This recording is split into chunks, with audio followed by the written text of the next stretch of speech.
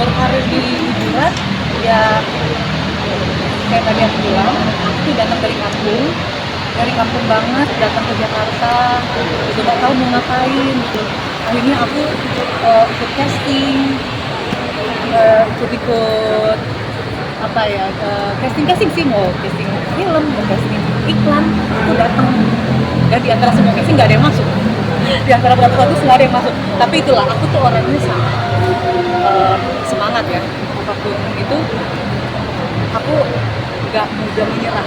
Aku walaupun gagal, aku tetap casting, aku tetap datang, aku tetap coba, dan akhirnya aku dapat casting iklan, aku dapat casting film.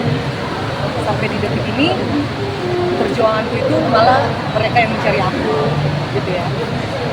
Bukan aku lagi yang casting, udah dicari, gitu sih. Tapi memang dulu, maksudnya kakak memang lahir besar di Jakarta, memang dulu tinggal di mana sih, di kampung atau sih? Aku itu besarnya di Manado. Oh, oke. Selesai sekolah, baru aku ke Jakarta. Nah, sebelum ikut-ikutan casting, kesibukannya apa sih waktu itu kak? Sebelum ikut casting itu, kesibukannya ya nyanyi-nyanyi. Aku di Jakarta, datang ke Jakarta itu tuh udah nyanyi-nyanyi juga. Oh. Jadi barengan sebenarnya. Ya membiayai hidup sendiri, ngekos di Jakarta, habis dapat uang, nggak dapat uang seberapa buat bayar kos, buat makan, buat itu. Jadi berjuang intinya. Oh, Buat- dangdut itu kak? Nyanyi dangdut? Hah? Nyanyi dangdut? Aku nyanyi pop. Pop dulu? Iya, aku Oh, awalnya oke. penyanyi pop, malah bukan penyanyi dangdut. Aku nggak ngerti malah nyanyi dangdut.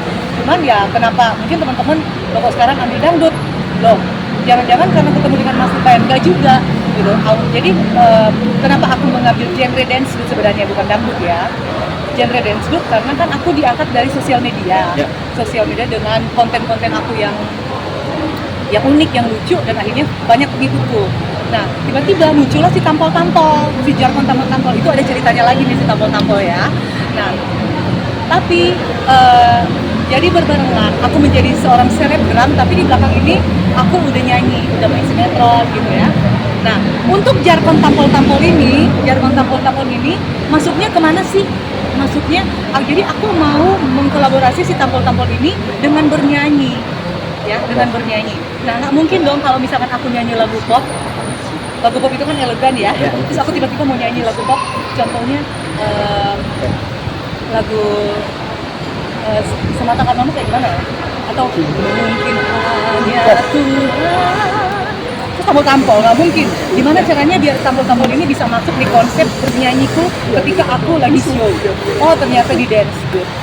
Akhirnya jadilah si jargon tampol-tampol ini. Ketika aku show dan aku tampol-tampol, orang menerima di situ ya. Jadi tambah laris lah aku. Berarti memang terjun ke dangdut karena jargon tampol-tampol itu kak? Betul sekali. Ada jargon si tampol-tampol ini, dan aku itu sebelum jadi penyanyi dangdut, aku kan udah bernyanyi di TNI. Aku udah bernyanyi di TNI. Di TNI itu kebanyakan mereka seneng lagu-lagu koplo. Nah, aku tuh seneng dengan sebuah tantangan. Job aku hampir setiap hari kan di TNI tuh, mereka mintanya koplo. Nah, sedangkan aku orang Manado nih, aku mau nyanyi lagu koplo kayak gimana? Tapi aku tuh seneng belajar.